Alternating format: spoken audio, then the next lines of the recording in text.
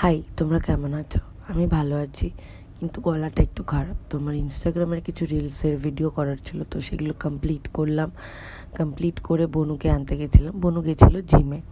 তো প্ল্যান ছিল কিছু খাওয়ার, কিন্তু তারপরে দাদা ফোন করে বললো যে কিছু খাস না, আইসক্রিম নিয়ে আসবো। তো আমি আবার আমার আউটফিট চেক একটু দিয়ে দিলাম। তো প্ল্যানিং করতে করতে কি খাবো না খাবো বাড়ি চলে গেলাম।